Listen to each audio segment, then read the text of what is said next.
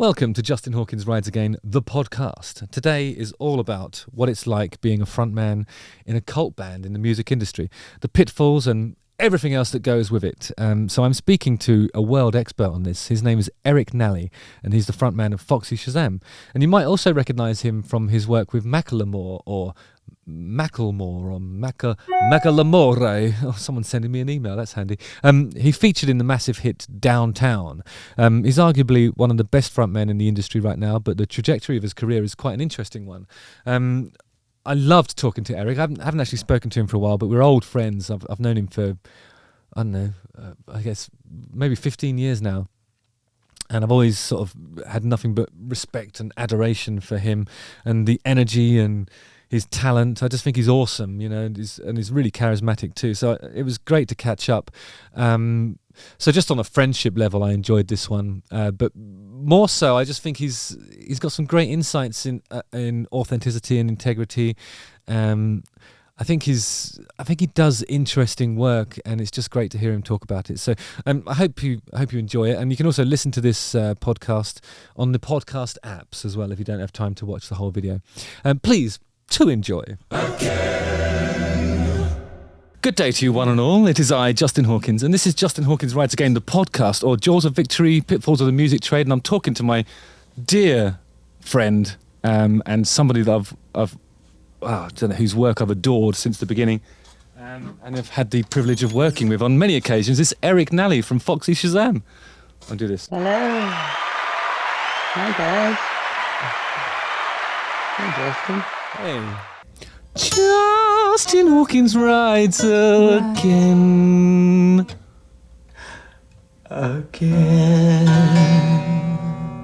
Beautiful. Yeah. So, wow, there's a lot of background and stuff that we need to cover on this episode. Oh, yeah. So the first thing I'm going to ask you is, where are you? What are you doing? I'm in New Orleans, Louisiana. We arrived last night and playing a show tonight. So I've just kind of been creeping around in the shadows like a vampire. Mm-hmm. Observing people getting shit-faced. And I think New Orleans is a good place for vampires, actually. Yeah. You'd be able to feast. I hear that's where they first came in from, like, France. Yeah, you know? okay, yeah, because they started off in France, straight to New Orleans. Awesome. Yeah. And that's a Foxy Shazam tour, right? Exactly, yeah. Cool. So a lot of people that watch this channel will be aware of Foxy Shazam, because I've talked about you on numerous occasions. But also, they'll probably know you from your sort of cameo appearances that you've been doing with Macklemore, which am I saying that correctly? Yeah, Macklemore. Is that how you say it? I said it the other day to my producer, Jenny May Finn, and I said Macklemore, and she thought I was trying to do it so it sounded French. She thinks it's Macklemore. Macklemore? Macklemore. Macklemore. Macklemore. Macklemore. Oh, it's Italian. That's where I'm going wrong. Okay.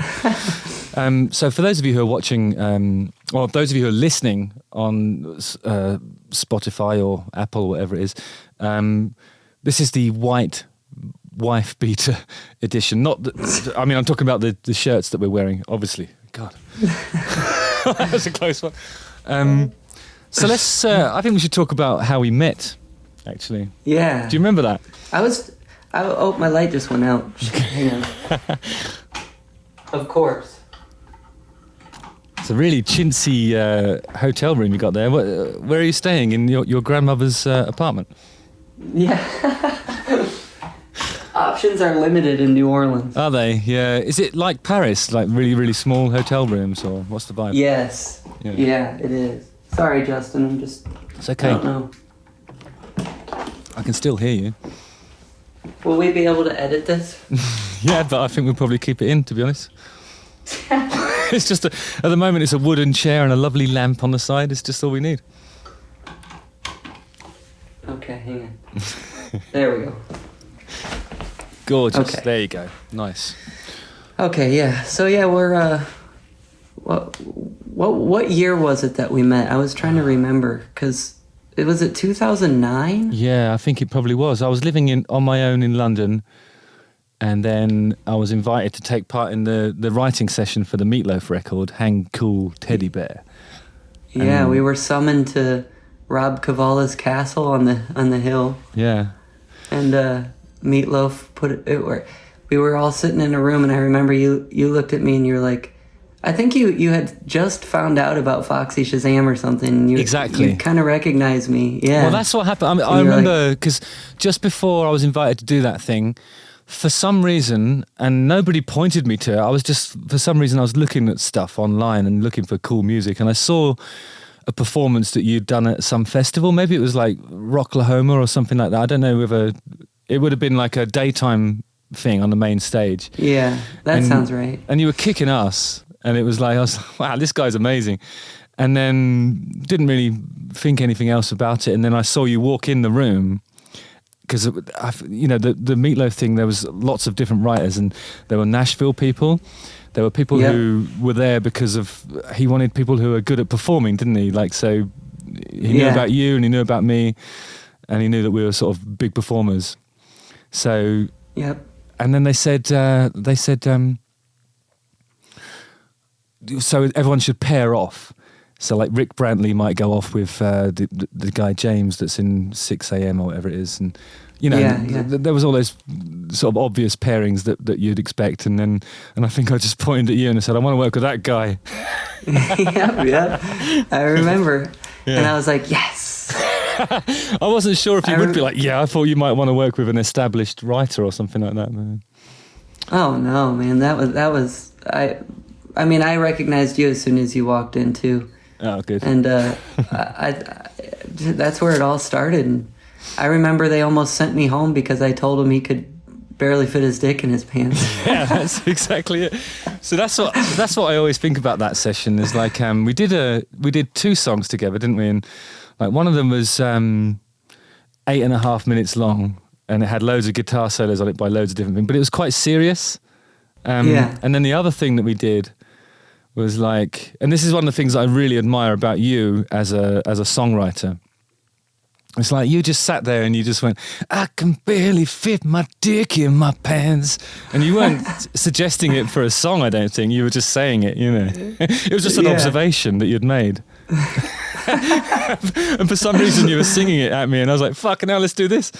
And then we came up with some riffs for it and worked on some other bits, didn't we? And then we present. Well, what it was Doug McKean, who's sadly passed away since then. Actually, he died a little while ago. Oh no, I didn't know that. Yeah, I know. It's who was making the beats. No, that was Dan. That was Dan, his name was Dan. But Doug came in. He was the main engineer. Like a multi-Grammy award-winning engineer that we used to work with Rob Cavallo. He was the only sort of Pro Tools guy that Rob Cavallo would ever work with, you know. Yeah, absolutely. Now I know who you mean. Yeah. So he came in and he just said, I mean, we were sitting there and he said, play me the chorus. So like we're like, no, not you gotta listen to the bit beforehand. Because if you just play the chorus, it's because if you don't contextualize a chorus like that, you're pretty fucked, you know. And so that they played that, and he was like, oh shit. But I think he respected us because it was mental. And then, but then when Meatloaf and like the people upstairs heard it, they wanted to send us home. Yeah, because they thought we were taking the piss. But I think we were being dead serious. I think we were, yeah. I mean, yeah. And then I think what happened was Rick Brantley, who's like an established songwriter, the kind of person you'd expect to see in one of those rooms, you know. Yeah. He listened to it and he said it was beautiful. And I think that changed Meatloaf's view of it. So then he was just like, okay, but I'm not singing that lyric. So you got to find a different lyric. And it became like an assignment for everybody that was involved in that sort of writing, you know, writing camp or whatever. Everybody's challenge then was to find a lyric that made that chorus singable, you know, for a guy that was in his 60s. You know? And so they had a million different ideas, and we submitted a lot of suggestions. But nobody could come up with anything that was better than your original I can barely fit my dick in my pants. Whoa. Yeah. And then he sang it. And they cut it, didn't they? Yeah. Amazing. Was that one not on the final record? I think it was like, it was on some editions of it. Like maybe like the deluxe package or something. It wasn't on the main album, but it was kind of like... But the other one we did was the Love Is Not Real. That's right. Love Is Not Real was on there. And we worked really hard on that, didn't we? It was a long process. But yeah, that's how we met. We should play those sometime, just me and you. I think so. They need to be... live or something. Yeah, I'd like to sort of try an alternate recording of them as well and sort of make more concise arrangements of those songs with you singing. Could just be really interesting, That'd be cool. Yeah. So then... I remember it was weird because like they flew me over there business class and it was all nice and they put me in that hotel in Calabasas, but they didn't give you a room. They didn't do anything for you. You were just expected to rock up and bankroll your whole involvement, weren't you? I think I didn't even realize at that time that like I was supposed to get anything, so I think I was just going to kind of wing it. And luckily, I made a friend, and you let me stay in your hotel room. So we went from not knowing each other at all, just seeing each other on YouTube, to sharing a room. Yeah, it was pretty cool. We were pretty cool, I think. And I remember that was you. Like I had this light. They had I rented a car, and you were like you said you'd had never. Or maybe I don't know if you had ever not driven in America or something, but you wanted to give it a try, and I remember letting you drive an American car. I had driven in America, but under completely different circumstances. And I think my problem was that I only had sunglasses that had my lens in, and I'm pretty blind. So it was. So we were driving around at night with me in sunglasses, I think, wasn't it? Something like that. Yeah. And you like on the other side of the road, Yeah. It takes a bit of getting used to. In England, we drive on the correct side of the road. That's it's not easy. Yeah. It's not an easy adjustment. But do you remember? Like because I was having trouble sleeping, and we'd got we went to. We got some food from Chipotle, and there was like a salad thing that we had in the minibar that was just cooling. Then and one morning you said to me, well, you said that you'd seen me get up in the night. And I was just like in a trance because I was using Ambien to try and sleep. And then I was just, and some people take Ambien and then they start doing racist tweets and stuff like that. But luckily, I just eat. Oh wow! And then but I didn't have anything to eat off, so I was eating off the key card. The hotel key card. Yeah, and now keep in mind this. Like, I didn't know you very. Like, we had just met, so I'm laying in bed and it's like 3 a.m. or something, and I hear you're kind of rustling around and. I look up, I remember just kind of peeking over the covers and being a little scared because you're just kind of like... and then you gotten into that Chipotle and you're scooping it up with the room key because we didn't have any utensils. So. Yeah, it was delicious. I would imagine, yeah, and then after that, I think... What was the next thing we did? I mean, you came to England, didn't you? You and Foxy Shazam came and did some shows in London, I think, didn't you? Yeah, we kind of like, we stayed in Kensington, I think it was called. Yeah, really posh, wasn't it? Is this too dark without the light, Justin? It's a bit dark. What about that lamp behind you? Can you put that in front? But yeah, we stayed in Kensington. I think the management at the time kind of like had the idea to put us in England for a while and just like have us play a bunch of shows in London area. Yeah. To kind of like, I think they were kind of thinking how Jimi Hendrix kind of did it. He kind of started getting more popular in England first, and then when he came over to America, he had like some kind of following over there. So that was their thinking, and I remember they put us over there for a month or so, and we just played a bunch of shows, and you came out to a bunch, and we kind of got to know each other a little more, and then had the idea of working together on the Church of Rock and Roll. Yeah. What did we do first? Did you come on tour with us in England, or did we go on do the album first, or how did that work?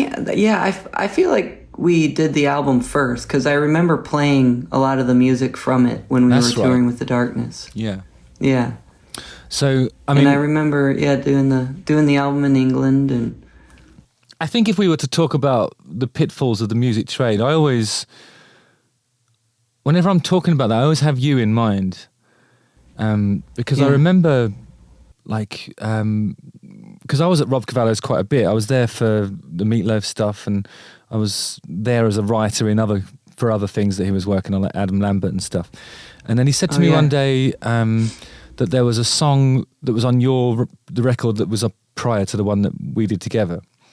And he said that song needs a bit of a brush up, because they thought that, I think Warner's imagined that would be the big single for you guys on that record, and they wanted to re-record it, because who was the producer before? Was it it was John Feldman. That's right, the guy who we were doing that with, who's Goldfinger. And he did a great job. I thought that was an amazing record. Really cool. He really did. I learned a lot from him, in that whole process, because that was kind of our first big record making, with a budget, and we learned a lot. And I remember they kind of, that one song they were wanted to go to Rob Cavallo for, and you were kind of working with him at the time as well. So we kind of got involved at that point on that song particularly, and then.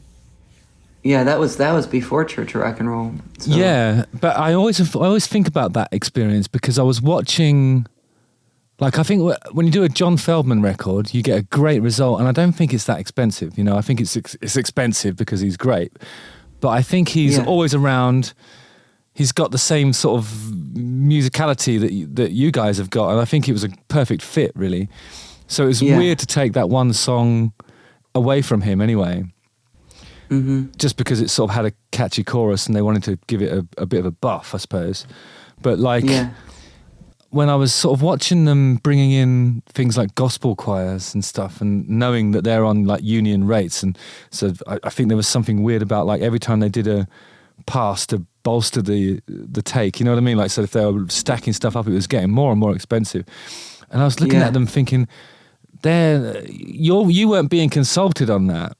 I think if I was producing a record for you, and it was going to cost you thousands and thousands and thousands to do a gospel choir, I'd say, Eric, let's just do it ourselves and pretend to be gospel singers. We'll get one person that's prepared to do it on the cheap.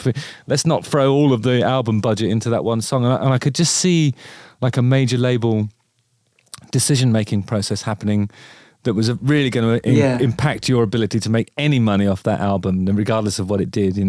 You'd be waiting a long time to recoup with a recording attitude like that. And I know that from my own experience. Our second record was like that. We were throwing the book at it, but we did it on purpose, because we just wanted to make an expensive record.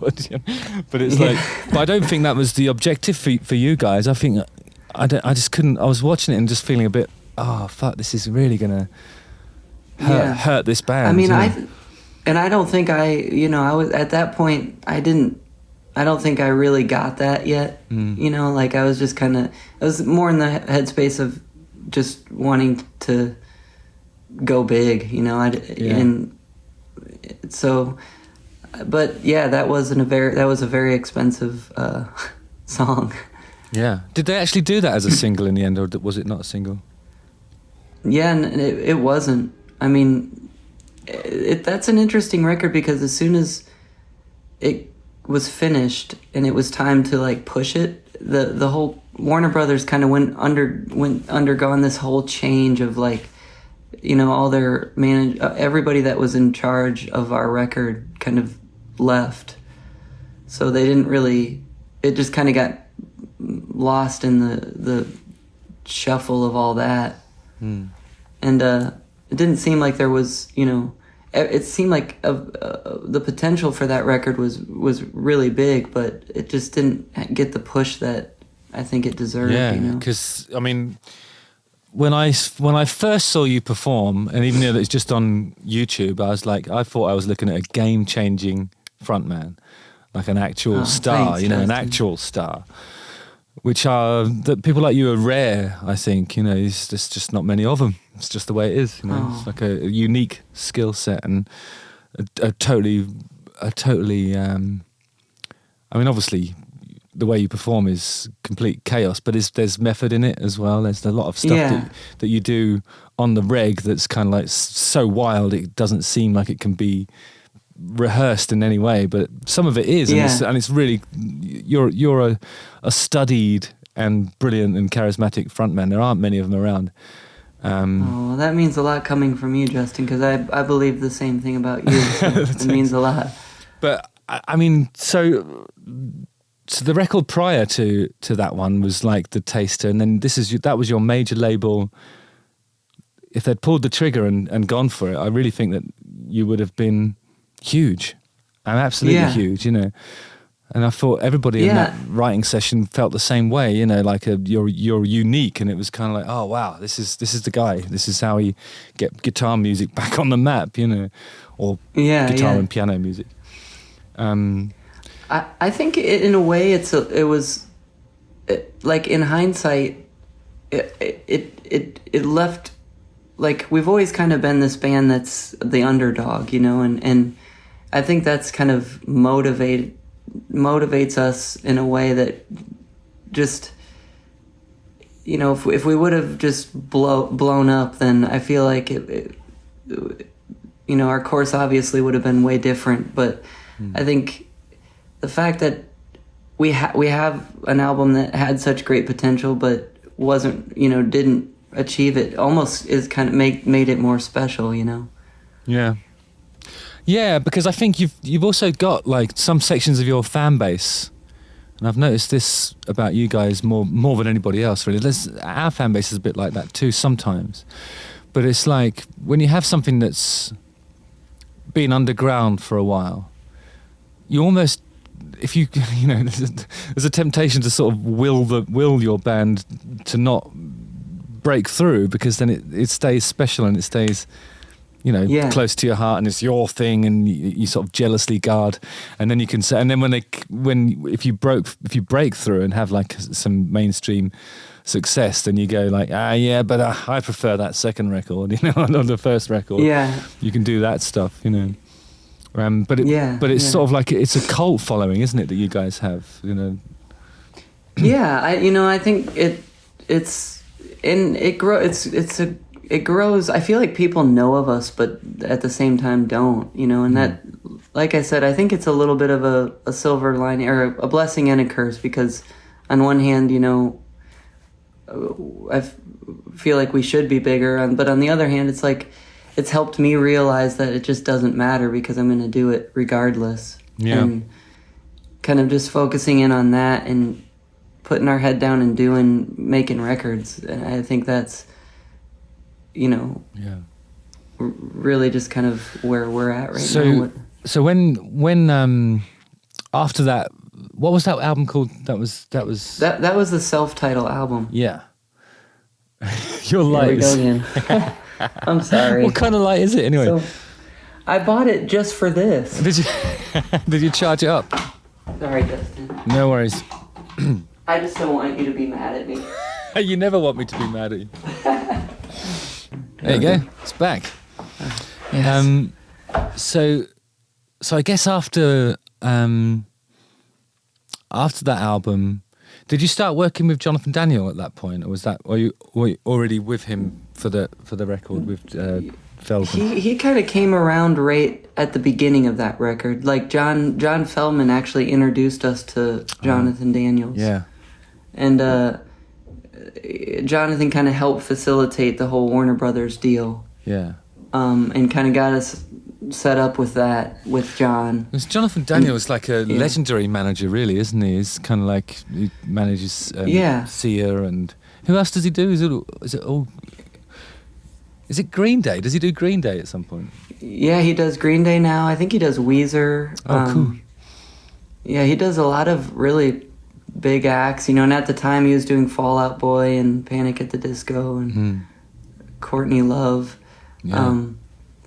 But yeah, he's a great guy, and he was an awesome manager, and we still talk, and he's a good guy. Yeah, I think he really liked the record that we made together as well. I saw him in LA a little while ago. I went to say hi to him. Oh, cool. Yeah, but so he... Yeah, because he kind of helped get the Church of Rock and Roll going too. Yeah. Like he started the IRS records, which it was on, or because IRS is it was a what's it called, a reanimated the corpse of an old imprint that was it was part of EMI, I think, wasn't it? It was like a mini major. But it was a cool label. It was a cool label back in the day, and I think he kind of brought it back to life for Church of Rock and Roll. And then Church of Rock and Roll, that was like, because having seen you go through that stuff, when we were working on that, I really wanted to make it, the songs that you naturally come up with, I wanted to make them more accessible, because I think that like your whole thing is just like pure energy, really raw, like the concepts and the melodies that you come up with are so raw that you can do anything with it, but I wanted to try and find a way to sort of accompany you where I don't know where so that your ideas land, because it's just all about, for me, like Foxy Shazam is one of those bands where there's so much virtuosity and crazy stuff to distract from what you're doing, but you're such a great frontman that it's still all about you. And I feel like on the records, it has to be that. You know what I mean? You've got to lead. And I don't know whether, like, not everything that I've heard you do has been like that, where it's built from the ground up to support you. I feel like sometimes you're battling, and it's exciting to listen to in some instances, but I think for a record that really kind of has the broad impact where you fucking take over the world, you got to have this thing where, look at this guy, and look at those guys, look at those guys, but look at this guy first. That's what I wanted. That's what I was trying to do. And I know it didn't sound like other stuff, and there's probably some sections of the Foxy Shazam fan base that were probably a bit put off by it. But I know there's also some that loved it. I mean, I think it was... I mean, everything I've heard is, that's one of our most admired records and from our fans. And, is it? It was our biggest record, I think, too. Oh, wow. Oh, that's good. Oh, I'm happy about that. I mean, I feel like... Because, like, we didn't... I mean, is it okay to say this? I mean, we can edit it out if you don't want people to know, but it was kind of like... It was very much a studio project in the sense that there was... Not all of the guitar parts were played by Lauren. Yeah, I mean, I think, you played all the guitar. Well, no, there was some stuff that he sent in, actually. I loved his attitude to it, because, like, we were working on stuff and writing things, and some of the parts were like they were just the parts, and that's how it needed to be. And we were trying to get a thing done on the cheap, really.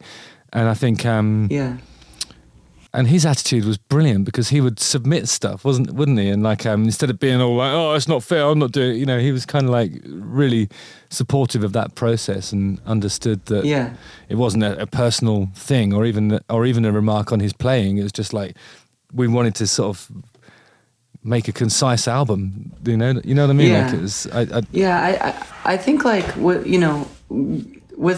it's worth considering how, like with that whole thing, it was the John Feldman record, like I said, was kind of our first experience with like,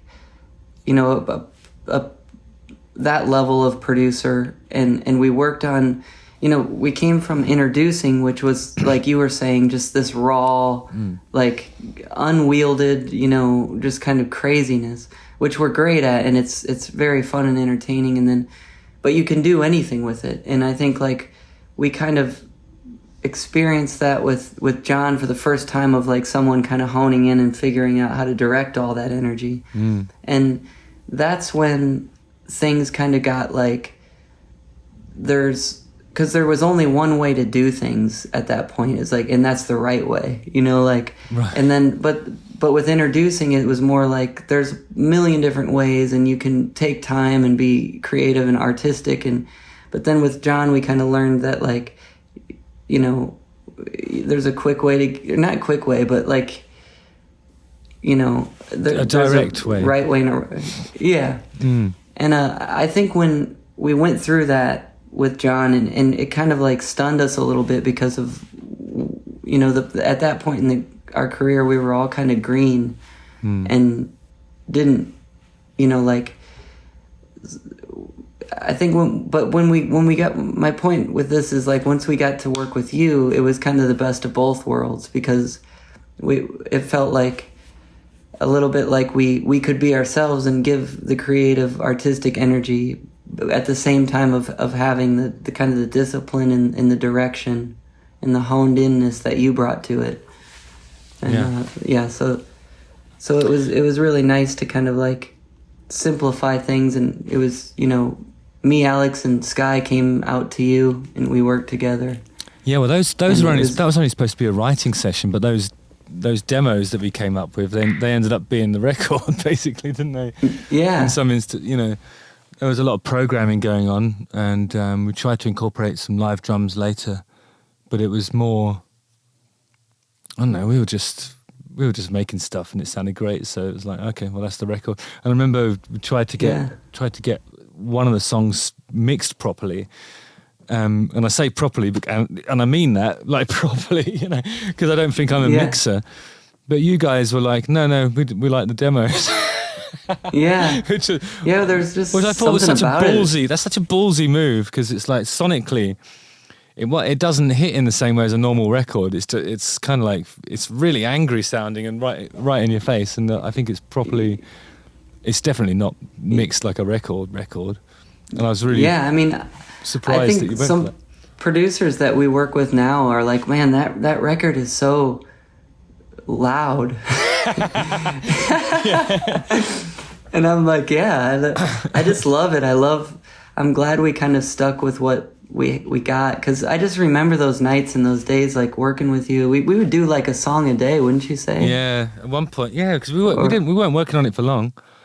And just, you know, building stuff up, and it wasn't like we were just like, okay, that'll do. We were exploring stuff, and there's things on there that sound like Disney choirs, and that's the thing that I'm really proud of, I think, because on that record, there's backing vocal arrangements that sound like a million voices, but properly arranged, like, you know, it's real harmonies, and I think you said it sounded like the Disney male voice choir at one point.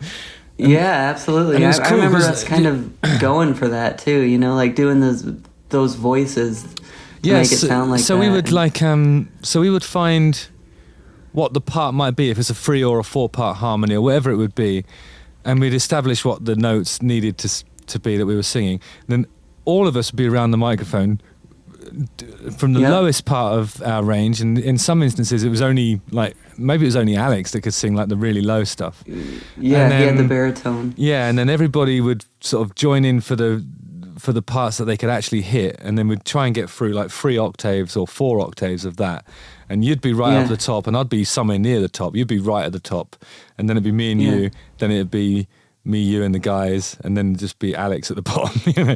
And so, but we'd cover like 4 or 5 octaves of it, and it just sounded fucking massive. And I think part of the tonality, like the sort of distant and sort of Disney old recording thing, was because we're all so far away from the mic, and there's loads of room in there as well. So it just didn't sound like anything else, you know. I know. It was awesome. It's so cool, and it really created like an energy, and just like the choir is that record. I mean, it, you know, there's so many other great things about it, but that the characteristic is just in the choir. And and it wasn't just belting stuff out. I mean, I can think of examples where we were just belting stuff out, but there was also like some really tender singing on there, like sort of really softy. It's just some of what we're doing was great. The but what I was it, loved about that record, like there's maybe 2 or 3 songs on there where lyrically you were being so vulnerable, because you were talking about like chasing a dream, like having this musical kind of aspiration and putting all of your energy into that as vocationally and like in your career, but also having like the other sort of responsibilities and commitments of being like a father and being a husband. And like you were talking about that in the thing, and sometimes it was making me cry. It was so good. It was really honest, and I don't know, people don't write songs like that anymore. I really think that's true. Yeah. You know. Like that was like Too Late Baby. And that was one of the ones I think. I think The Streets as well. Oh, that's right. There's a middle section of there where you're properly talking about that stuff. And I think my favourite song is probably the Freedom one, which really sounds like when you're doing like Mick Jagger. That should have been a single, I reckon. Was that a single? I know. No. That's the best. I'm surprised that didn't get into a, BMW commercial or something. Yeah. Or I guess it'd have to be an American one. Like a Dodge. Yeah. No, there's some good stuff on there. So, and again, that didn't give you the international mega hits that I was hoping for. Yeah, even though it should have, Yeah. I mean, but like I said, that's cool. It's like, I'm kind of having all these records under our belt. Nothing changes the fact that we made them and that they're great, And that's true, and the creative process of a thing like that is just. It was so much fun to be involved in. And one of the funniest things to me about that record is that we made it in Lowestoft. Yeah. What the fuck is a band from... Because you're from Cincinnati, aren't you? Yeah. So... yeah, and it just... Yeah, Lowestoft, of all places, like... I mean, but I still have... I romanticize about that place just because that's where we made the record. And the woods, the trails that go through the woods there. Yeah. Taking Bonnie and Buddy for a walk. Yeah. Justin's dogs. And then, but also, like you're into running as well, aren't you? So last time we came to Lowestoft, we were running down the seafront. I was looking through my phone. I found some pictures of us running around Lowestoft last time. Yeah, I know that route is so awesome. Yeah, it's pretty good, isn't it? Are you still running? Yeah. Well, I am actually. I had a couple of injuries this year, so I've been sort of concentrating on other types of exercises, but I'm just getting back into it now. We've got a lot of touring coming up, so I need to be fitting into my cat suits, and running is a good thing for that. But whenever I look at your stats, you're actually really fast now. You're like competitive fast. Yeah, I think I'm doing about 6 minutes and 25 second miles. That's really fast. That's really good. But I wanted to ask you about that. Whether is that something that you do to help you creatively, or is it something like a meditative, spiritual thing, or is it kind of like just a bit of me time when you're on the road and you're on a tour bus full of people? Why do you do it? Yeah, I'd say it's like it's big time for.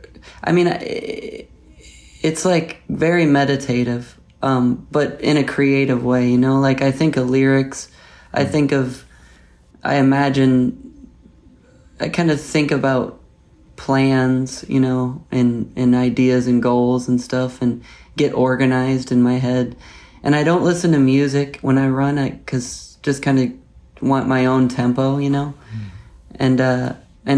just kind of be with my thoughts and stuff. And that's always, it really helps me, kind of. I'm in a better mood afterwards, and just great breathing, long exercise for singing, and keeping that up to, up in shape and stuff. But I'd say the biggest redeeming quality of running for me is the mental space I get when I'm running, Yeah. When you're out with Foxy Shazam, does anybody else in the band run with you? No, it's just me. Wow. But I think I would. I mean, I would. It was fun to go with you because you had been in the swing of running. But I kind of it's a good thing to do alone, just because I also just, like I said, just kind of the fastest time I put in on I went, because I do it on when I'm on tour as well. And part of the thing that I like is if you run on a show day, then you see a bit of the city, and you might get a chance to sort of run next to some water and see a different part of so it's not just the tour bus and backstage and the gig, and then you're back on the bus and you go to the next one. Like if you run, then at least you see something, Exactly, experiencing the city is, like that's a great way to do that. And I love Detroit. And finding the water. Detroit is my favourite place to run. It's just fucking brilliant. And I love the people there. But the guys at the venue said to me, okay, they showed me the route and they said, you go down this road, but under no circumstances go off any of those roads there. And I don't think they realised how far I was going to run, because I started doing it, and then I started getting into some dilapidated housing bits, and sort of like I strayed from the path that they suggested. And then because I was frightened, I just ran really fast. So it was even better, I love Detroit. It's great. Yeah. What's your favourite city in America to play and run in, do you think? I'd say Austin. I really like Austin. Yeah. For running. So do you do the river run? Yep. Yeah. I like to find the river because it's easy not to get lost, and there's usually a river trail. That there's a lot of people run down there as well. It's always a good vibe when there's other people doing it too. I think it's even if you go out on your own, it's pretty cool. Yeah.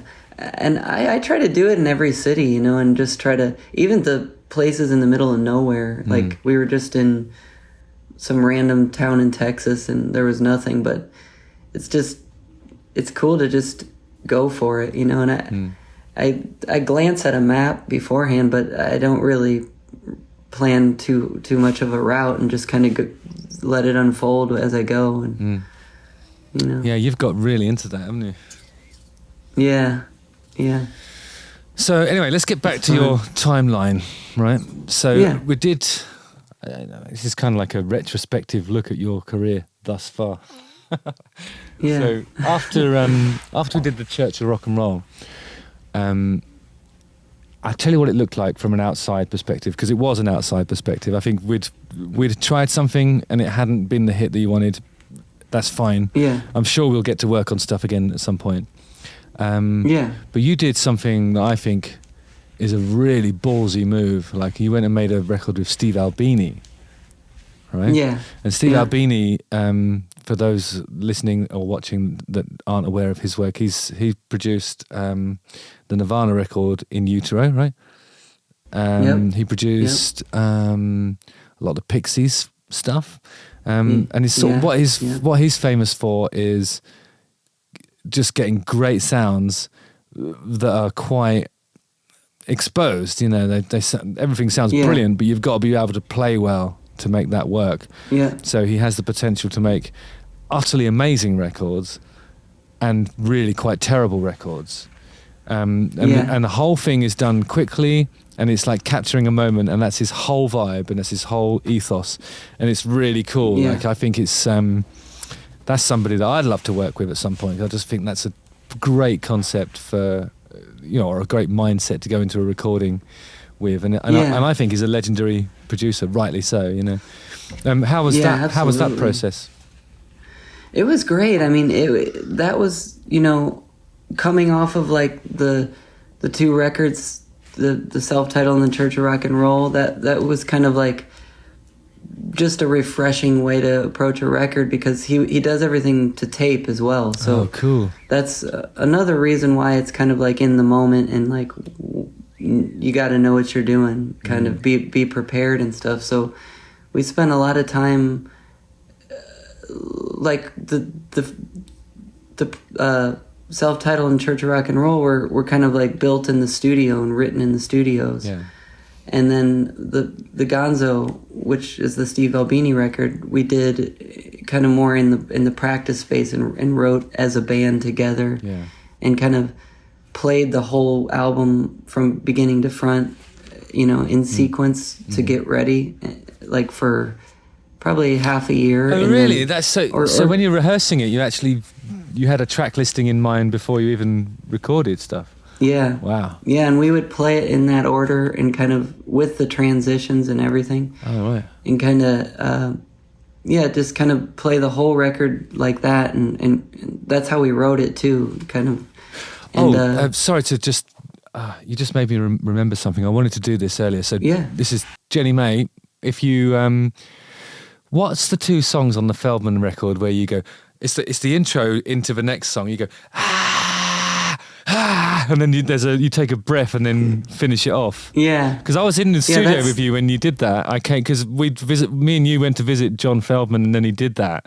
You recorded that with him. Oh, yeah. And I was super impressed because he just had everything the sound thrown up, and it was proper, great performance. And like within 10 minutes, you'd just done this thing, which I think I've heard on other records since then. And I know it was you that did it first. Oh, cool. so which two songs is it that she should edit that between to show that? That is Bombs Away. That's right. It's the first song on the record, and there's an intro part with like dogs barking, and then kind of builds up into that scream, which drops into the first song. Yeah, but the really funny bit is when you run out of breath and then finish the scream off as the next song. It's fucking brilliant. And so we'll find that and stick it in there. It's just brilliant. On the shore with the line, I can't seem to untangle it.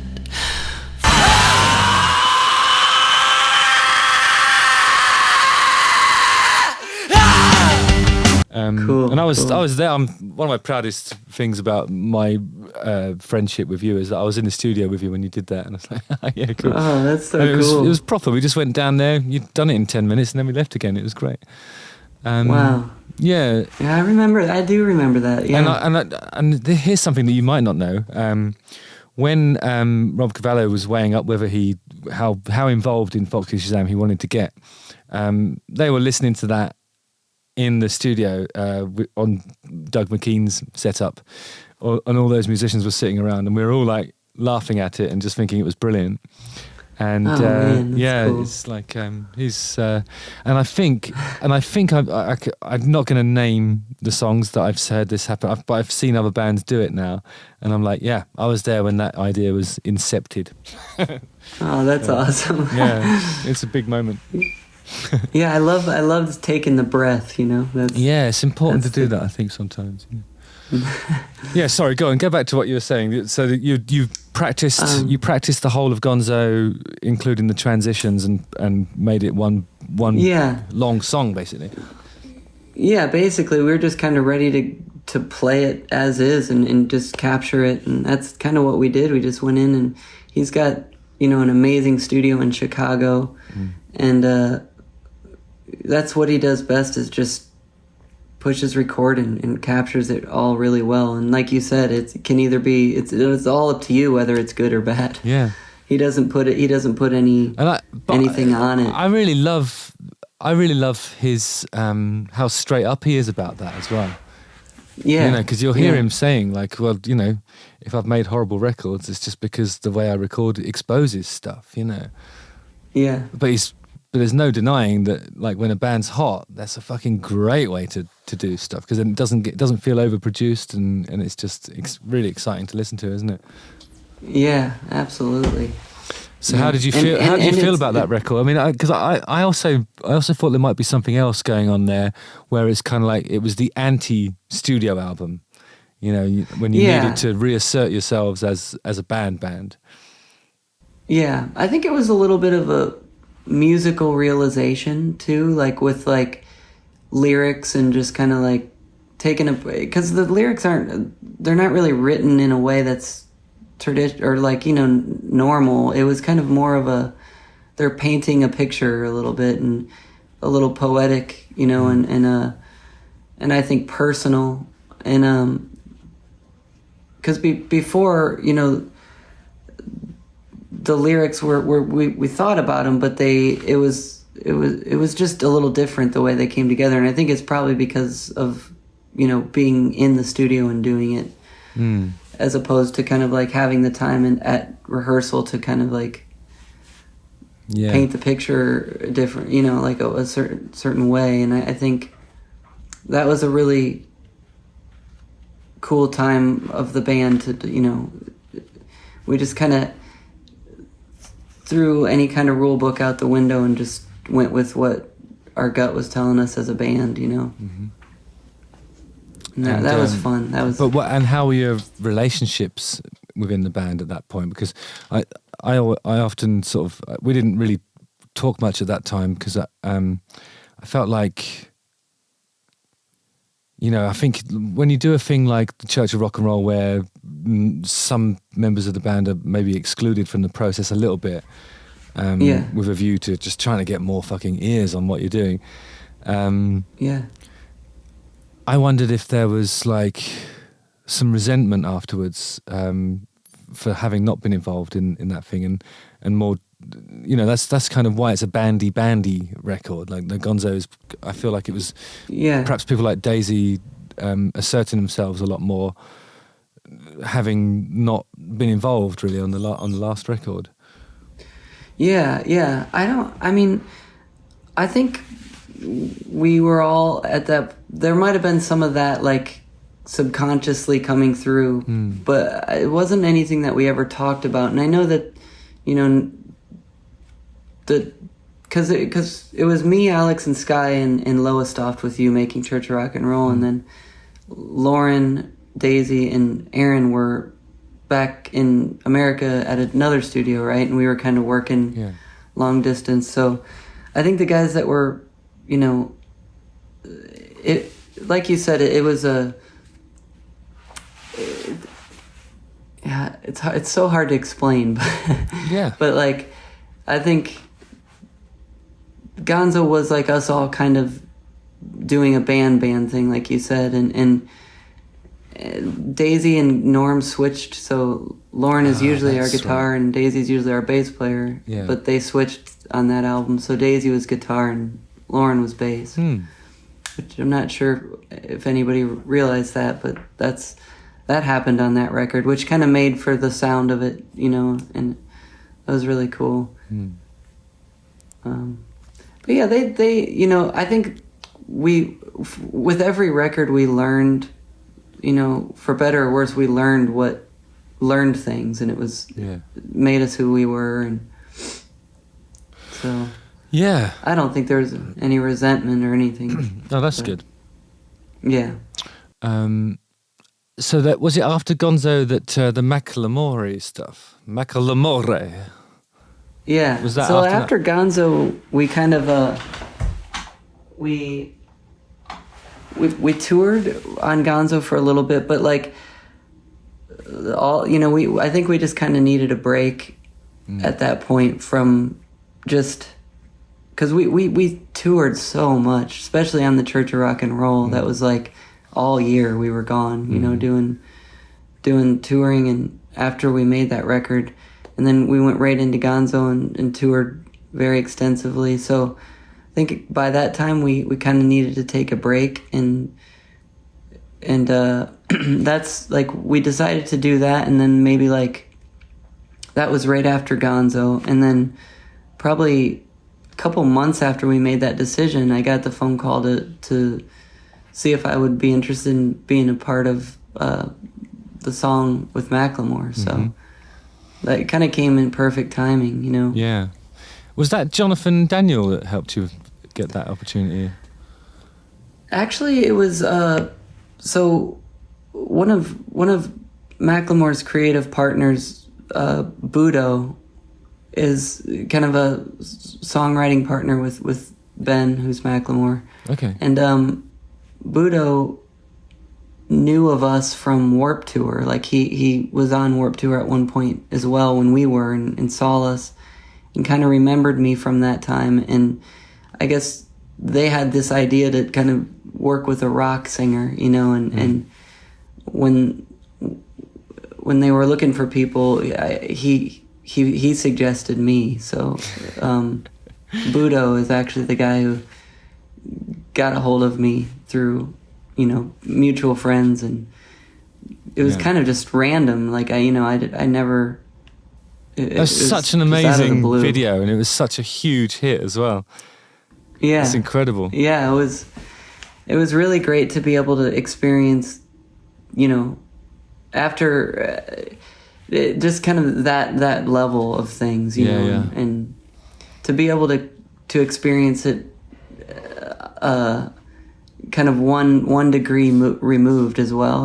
It's not like, because I was just supporting Macklemore, and it was cool to be able to tour the world and do all that stuff with him.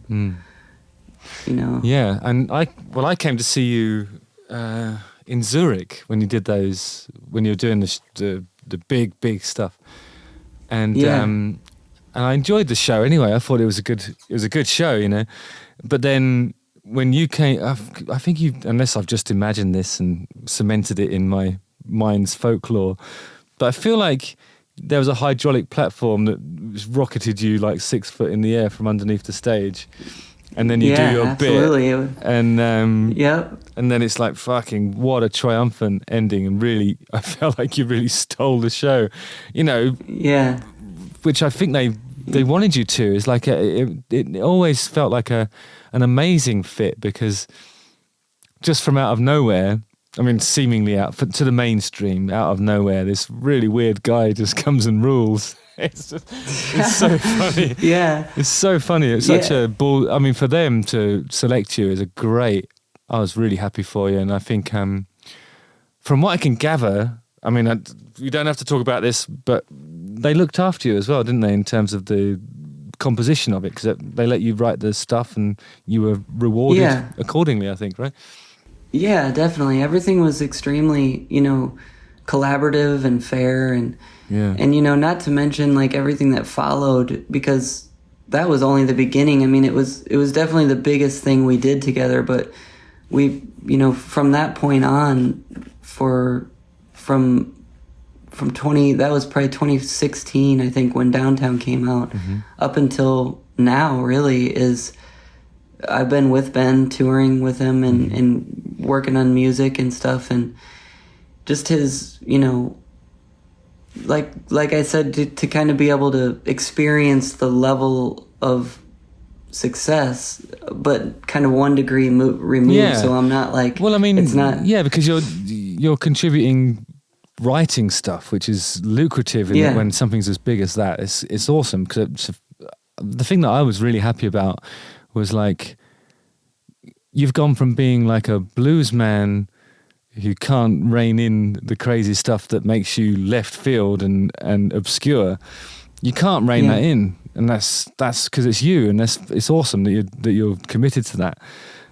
But you're also having to support your family, and then you get an opportunity like that where you can do that, and it's like, I don't know. I thought that was it was the perfect, like a happy ending sort of thing, really. Yeah. And it was very. So I didn't realize you're still collaborating and working on records with him and stuff. Yeah, we did. I did there was another song we did together called "I Ain't Gonna Die Tonight," which was on his next record. Yeah, that was a good one. And then we have some other stuff in the works right now too. Cool. And like I've been touring with him a lot as well, and like being, I'm not drinking anymore. Which has been a huge benefit of my life, and you know that. Yeah. But he kind of helped steer me in that direction. Really? And I owe him a lot for that. That's so cool. So, yeah. I remember there was one time, I don't know if you want to go into some boozy tales, but there was one time when I think I went to walk the dog in the forest in Lowestoft, and then I found you and Alex drinking wine in the forest. Exactly. And you're just drinking wine in the forest because you didn't want to drink near me. Yeah, we were trying to be respectful. Yeah, you should just come and drink wine in the house. It's all right. Yeah, I can live with that now. But that was funny. It was a windy day. I remember that. Yeah, and you were just really struggling with your plastic cup, trying to be demure and sophisticated. Yeah, drinking wine out of a box. Yeah, but no, I'm glad it's been, it's been a very great adjustment in my life to not have that. How long's that been then? When thing. did you quit? I haven't really kept track, but it's been at least a year and a half or two, maybe. Wow. But I haven't really kept track just because I'm just trying to focus on, one day at a time, as they say. Yeah, okay. Very cool. So. Well done. Yeah. Congrats. Yeah. Thanks, man. I keep track of mine because I remember very, very vividly my last day of drinking, and it was the 9th of August, 2006. Wow. Was it? Did anything significant happen that made you... Oh, yeah. But I think, before that, a series of significant things had happened, and it wasn't the first time I tried to quit, but this time it stuck, So that's been 17 years now. Wow. Just recently. That's awesome, man. Congratulations. Thanks. Yeah. I mean, so now I'm at the point where I'm like, I'm actually okay with being around people that drink, and it's fine for me, really. Yeah. Yeah, I've been kind of doing that as well. Like, it's, being in New Orleans now, there's such a huge drinking culture here, but it's not tempting or anything to me at this point. I'm just kind of, over it. If you want to experience something that's sort of fun, just take some Ambien and eat some Chipotle at 3 o'clock in the morning. Yeah, that works. Yeah. That's fun. Yeah. Okay, cool. So after the Macklemore thing, you've been doing more Foxy. How many albums have you done now? But there is something in between there that I want to bring up. Okay. Is the songs that I've never released, but me and you worked on some stuff in Switzerland. Oh yeah, when you came to the apartment, right? Yeah. And we did. So was it Rain Dance? Was one of them, wasn't it? Yep, Rain Dance and The World's Changing. Oh yeah, and there was that. There was one that had a massive bass breakdown. Yeah. Those are some cool stuff, and I've never released them, but I still have them. Oh, okay. I think it'd be cool to do something with them. Maybe we should do an EP or something like that and finish some stuff off. Yeah. Yeah, I'd love that. Cool. Yeah. Yeah, I'm always up for working with you. It's a pleasure. It really is, because I just think you're so full of brilliant ideas, and just makes collaborating with you really easy. And it's like, I don't even have to have any ideas. I just have to help you translate your ones, and that's it, basically. That's all I have to do.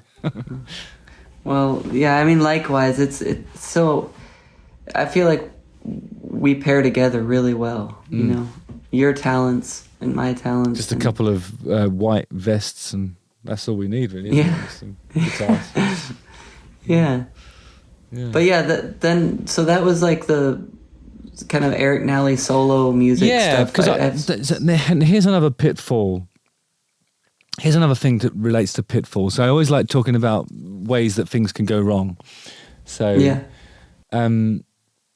so I felt like watching you do the Macklemore thing, I was like, oh, fuck me, this is awesome. Look at this. So Eric's now poised to actually take over and be the game-changing artist that I still believe you are and you can be, but I felt like you waited a really long time to do anything, and it was really like and I wonder if that sort of 1 degree of separation is what made that world work for you. You know what I mean? Because I think there's a lot of people that would have straight away gone into a studio with a big name producer or a producer writer type thing, and maybe done something that was like a pop record or something like that. And you didn't do that. And it was kind of like, at first I was like, okay, come on, Eric, do something, get in there, do it. And then another part of me was like, but then, you know, it could end up, I don't know if it's even a question of legacy, but it could sort of tarnish the catalogue of or the body of work that you've amassed, which is kind of like, it's all interesting. Some of it's fucking really out there. Some of it's poppy, but in a really interesting way. And I think it's just like a certain flavour that you probably can't get if you walk into a studio with any producer, you know. So I just wondered if you were looking for the right fit, or whether you just didn't need to do it. I don't know what was going on back then, because I don't think we were really in touch as regularly as we have been, you know. Yeah. I think it was more about like, well, the legacy definitely plays into it, but I think just trying to make sure I made, you know, because at that point, Downtown was so right on the money with what like people wanted from me and what they kind of expect, and like we talked about all those efforts of Foxy Shazam Records and you know, working towards greatness, and you know, it just kind of like, I think I wanted to, it wasn't that I like didn't want to ruin anything, because I wouldn't have ruined anything, but I just didn't want to like jump into something without, like you said, just anybody, you know, and kind of, because I think, you know, like if you, in an alternate universe somewhere, there's an Eric that did everything exactly the same way, right up to the Macklemore. And then, I don't know, I'm trying to think of a producer that would be like that. I don't really know. When I say a producer, I don't really know who I'm talking about. Let's say, for example, Andrew Watt or someone like that. There's, you know, one of those guys that just makes hits, or, you know, or a John Shank or someone like that. And then you go in and you make like, you quickly record a really produced sounding album full of songs that sound like radio songs. And it would have been a huge hit. You know, it would have been a huge hit, but it wouldn't have been you. There's no way. There's no way that would ever be you. So, so I think you're like this really strange entity where if you make a couple of like artistic decisions that would probably make you hate yourself, you'd be the biggest thing in the world. You know, because do you know what I mean? Like, because sometimes there's things in your voice, like just purely from the way you sing, that you can do stuff that could be like Michael Jackson, you know. Yeah. And you do stuff that's old time bluesman. I've heard you do like stuff that sounds like Mick Jagger. You've got a lot of tools in your box that you use in a really strange way. It's just like, you know what I mean? Like you don't do what you're supposed to do if you want to be like a huge star. That's what I'm getting at, I think. And part of it was timing. I was sort of thinking about the timing, because I thought like maybe if there's ever a window of opportunity to really just be a weird artist with a lot of eyes and ears on what you're doing, that would have been just straight after that Macklemore thing. Yeah. But I mean, but then you've got to be, I don't know, I think maybe, are you a perfectionist or something? Is there a lot of... Well, I think it's just more of like genuine, trying to make sure that everything I do is genuine. And like... that's hard. Like, that is really hard. Yeah. And like, I think like you're nailing it kind of when you say that, like, if, you know, there is a clear path I can see to doing something extremely successful and popular.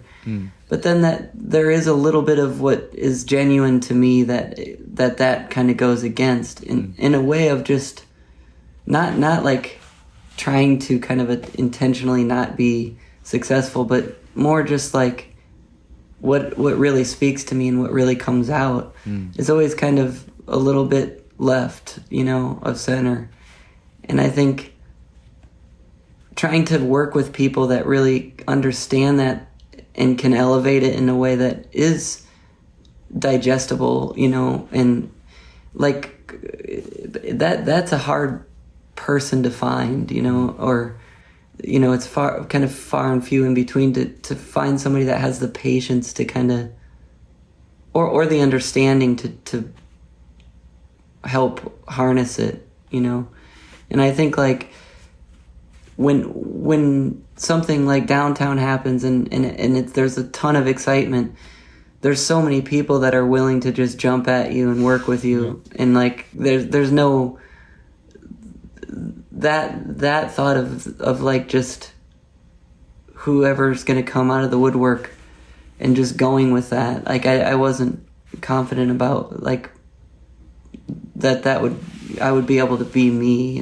like you said. But you know what? What needs to happen is Rick Rubin comes in, says, okay, let's do a band. Eric, we'll do like your solo album. Yeah. I'll be your guitar player. We'll get, I don't know, we'll just build a band. Yeah, that would... And everybody has to wear a white vest.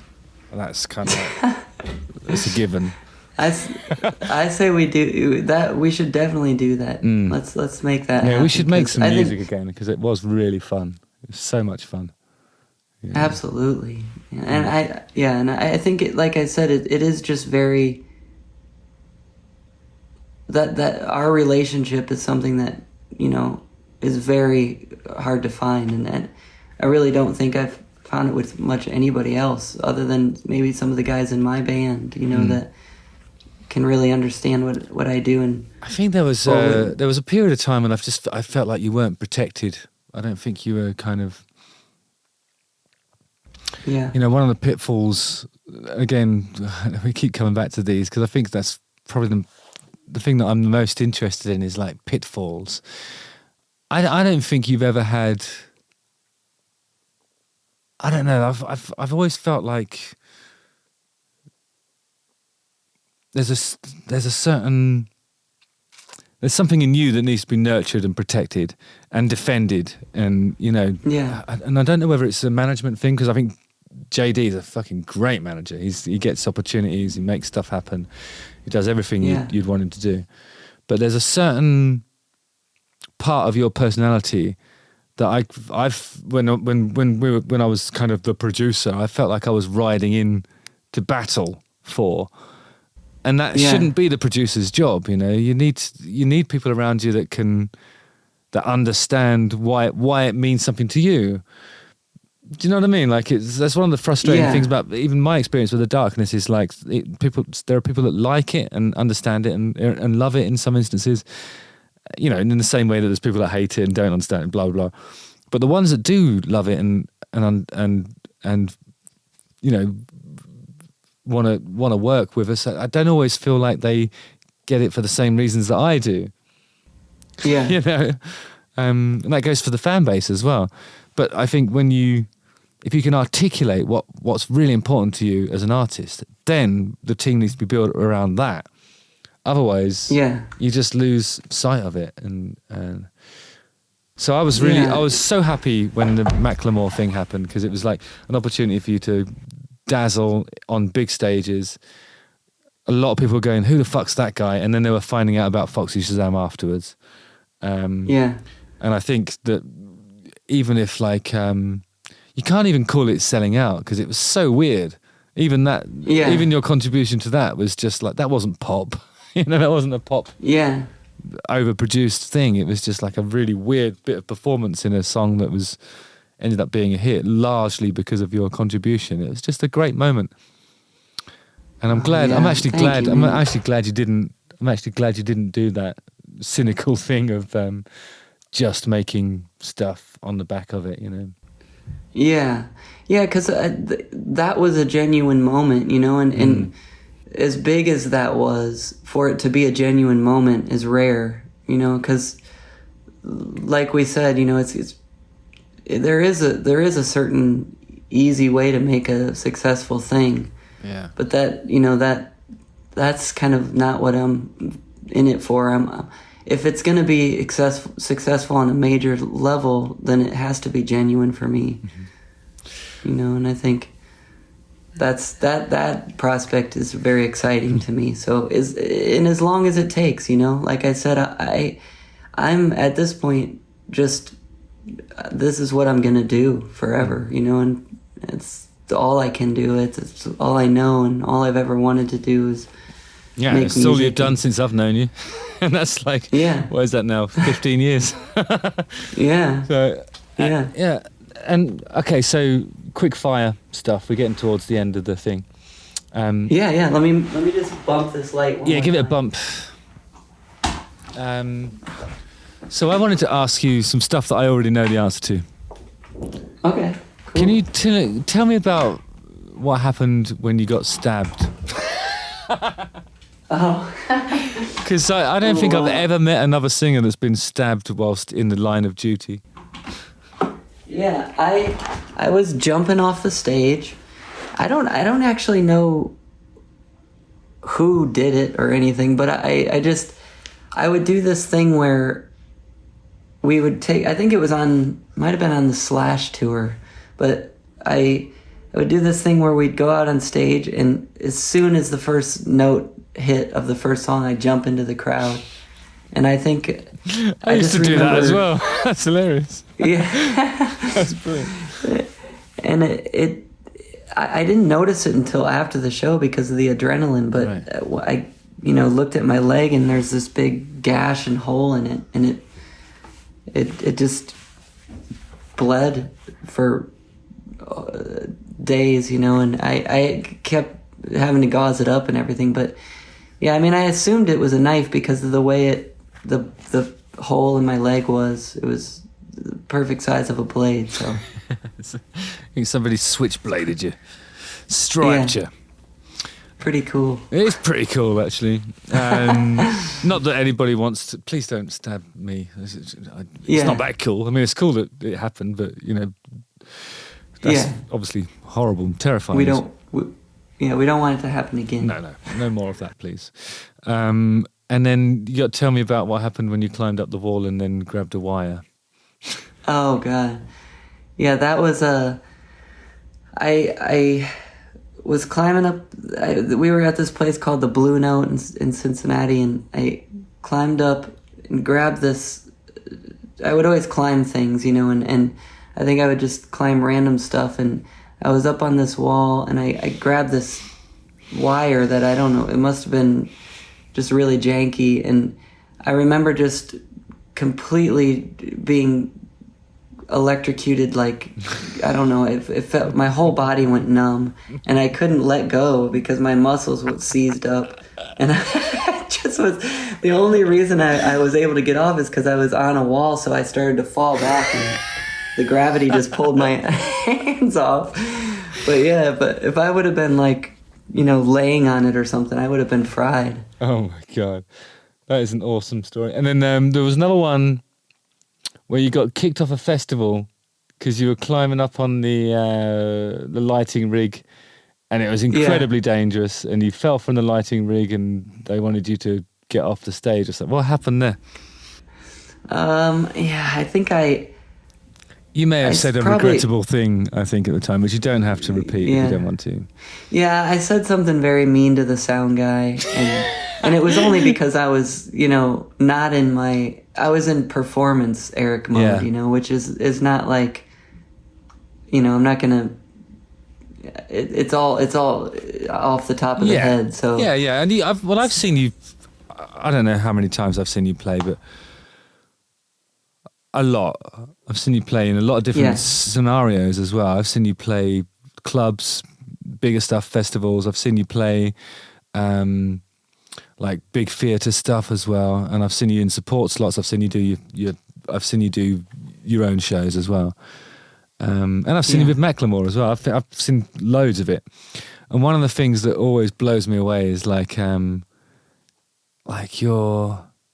I think there's one thing that you say sometimes when you say you've got until the end of this song to try and kill me. Oh yeah. Oh, is that a thing?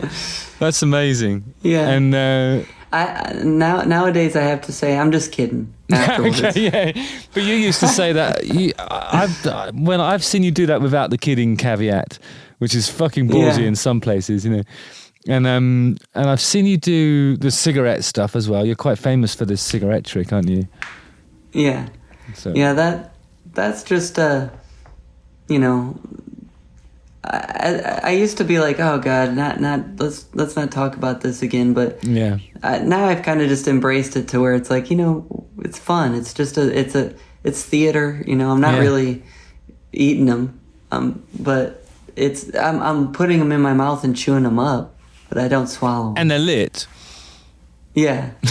That's the thing about it, I think. Yeah. It's not just eating some stuff on stage. It's a you know, it's a nuts thing to do.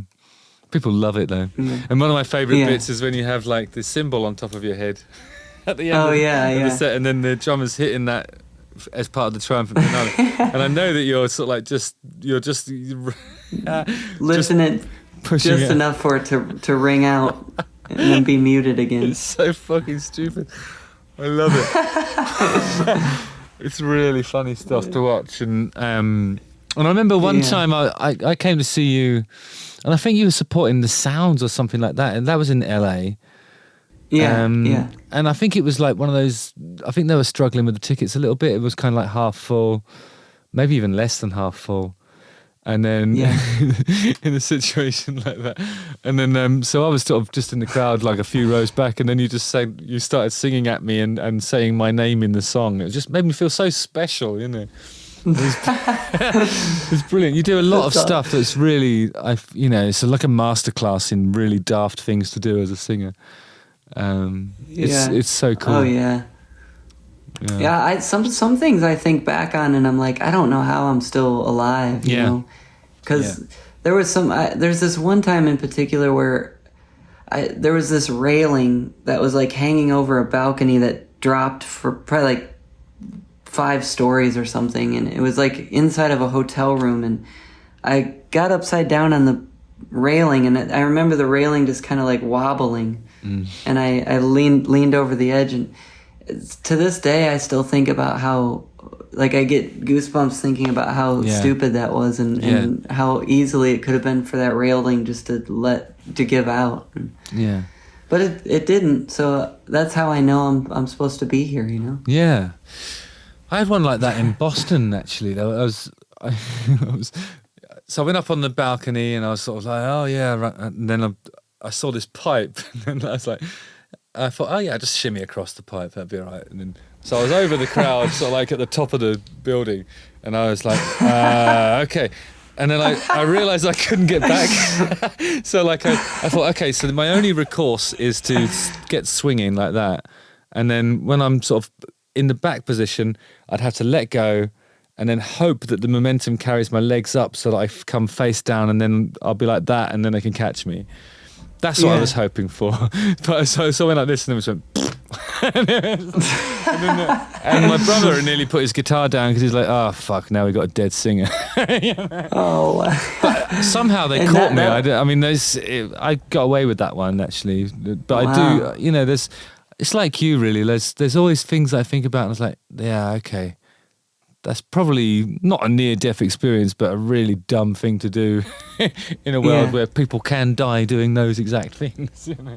Yeah. With no safety net. We're not circus performers. And I sometimes think that, like, if you do it too much, then there's an obligation to do it, because your audience just thinks, oh yeah, last time he jumped off that thing and then did that stupid thing, now he's going to do it again. Yeah. Do you ever feel like obliged to do those things, or is it always in the moment? There are times where I feel a little bit of pressure of like, oh, do something crazy. But those are sometimes when I'm like, no. Yeah. You know? And I don't do it just because I know that, people are, and then, cause then it's kind of like, it always kind of has to be. I remember the first time I did the cigarette thing, it was just because there was someone smoking in the front row, and I pulled it out of their mouth and did it. And then I kind of just saved that in my filing cabinet and then started asking for them. So it's always kind of off of like this spontaneousness. Yeah, so it's stuff that starts off as a little ad lib, and then they just stop being ad libs after a while, don't they? Yeah. Really cool. And I'm not sure what else I wanted to ask you. Oh yeah, what's next? So you're out on tour. Yeah, we released an album this year called Dark Blue Night that, you know, it was kind of me and Alex produced most of all of it. And did you record that in Cincinnati? Yeah, we did it at my home studio. Oh, cool. And so we released that this year, and we're gonna play a big, we're gonna do a big hometown show on New Year's, and then we kind of have a new album in store for next year. So that's amazing. Wow, cool. Yeah. So like an album a year, back to that. Yeah, That's awesome. Maybe even 2 a year. Who knows? Like in the 70s. Like Elton John in the 70s. Yeah. Cool. Well, and then at some point you and I should collaborate on something fun. Yeah, absolutely. I think we should do that sooner than later. Okay, that sounds good. Although I'm going to be on tour for the next few months, but yeah, we can figure that out. Oh, how? Yeah, you guys are about to come to America, aren't you? Yeah, I'll be there. I'm landing on the 2nd, and I'll be touring from the 3rd. It's going to be fun. Cool. Yeah, and then we got Europe, That's and then awesome. we got. So you're doing America now. How much longer are you going to be out for? Oh, till October 7th, so we're almost done. And where does it end? It ends in New York, I believe. Oh, bollocks. Brooklyn. You're on the other side. So 6th, 7th is when we're in LA and places like that. So. Do you go to Cincinnati? I don't think or so. Or Ohio? I don't think we do this time. I'd love to go to Ohio, but I think it's quite a short run this time. Like we did 7 weeks last year, and it was a bit taxing because the bus kept breaking down, and it was really annoying.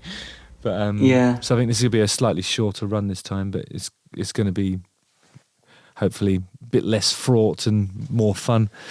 But if you're around, come and see it. I mean, and I think that's really the overriding message of this long form episode is if you are not familiar with the work of Eric Nally and Foxy Shazam and Macklemore, you must familiarise yourself with it. Listen to the records, particularly the Church of Rock and Roll. But I think listen to all of it because it's an interesting evolution, I think. Thank you. And if you ever get a chance to see Eric and the band play live, you must take it. Do yourself a favour. You'll see something that I don't think anybody else does it in quite the same way. How was it when you performed with Thumpersaurus? Because I feel like that's a band that's probably quite influenced by Foxy. Yeah, that was a great band to tour with. I mean, those guys are so fun and you know, technically their musicianship is just great, you know, and that the audience really enjoyed both bands, so that was really fun. He's got a lot of the same intensity as you, I think. He's got something in his delivery that when I saw it, I was like, there's a bit of Eric in there, you know. And when I heard that you guys were touring together, I was like, that makes sense. That'd be a good night out. You know? Yeah, that was cool. That was really fun. And who are you out with right now? Who's the band that you're touring with? They're called Head Automatica. We're supporting them. Yeah. What kind of music is it? It's kind of like I would say, dancier side of rock kind of thing. Are they combining electronic elements with guitars and stuff? Yeah. Cool. Like, is it synth rock? Maybe you could consider it that. Yeah, but they were kind of an interesting band because the singer is in a band called Glassjaw. That was his first band, and then he started this band, and Dan the Automator produced their album. And the album was pretty successful. I don't know what year it came out, but it was a while back. So yeah, but they just kind of now got back together and are doing stuff. So brilliant. It's been fun supporting them. Oh, cool. And is there anything you wanted to say to your... This is what they say at the end of every interview for a Japanese magazine or whatever. Is there anything you would like to say to your fans? Have you got any messages for you? Don't buy ring lights from Target. Okay. That's a lovely message. A beautiful sentiment to end on.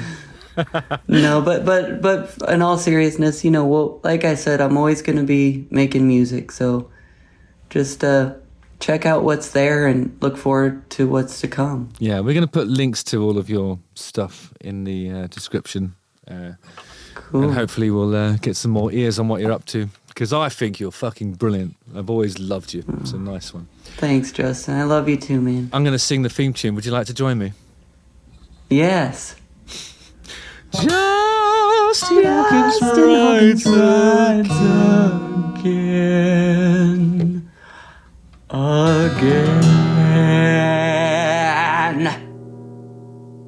Beautiful. Thank you for watching. I hope you enjoyed that chat with Eric. Make sure to go and check out his music with Foxy Shazam, and if you get a chance to see Foxy Shazam, what's wrong with me? I can't say it. Foxy Shazam live, then you must do so because they're brilliant. If you want to hear about my latest projects and music and all that stuff, sign up to my special mailing list. The link is in the description. And in the meantime, I'll see you next Monday for another episode of Justin Hawkins Rides Again, the podcast. Yeah. Again.